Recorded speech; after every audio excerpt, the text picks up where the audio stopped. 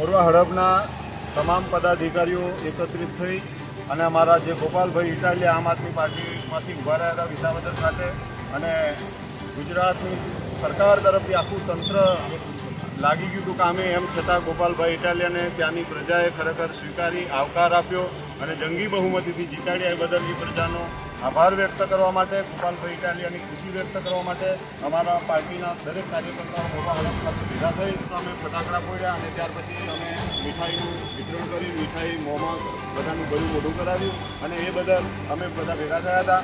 CR Patil જેવા મહાન મોટા ભાજપના હોદ્દેદારો અને એ લોકોએ એવું કીધું હતું કે ભાઈ અમે તો ત્રીજા પક્ષને ત્યારે સ્વીકારતા નથી અને એ લોકોનું નામ લેવા પણ તૈયાર નથી. એમ છતાં વિસાવદરની જનતાએ એમના મોઢા પર તાળું મારીને ખરેખર ખૂબ આભાર વ્યક્ત કરીએ છીએ એમનો કે જે ગોપાલભાઈ ઇટાલિયાને વિજય બનાવ્યા. રાકેશભાઈ દ્વારા બધાને પેંડા ખવડાવવામાં આવે છે. બોલો ભારત માતા કી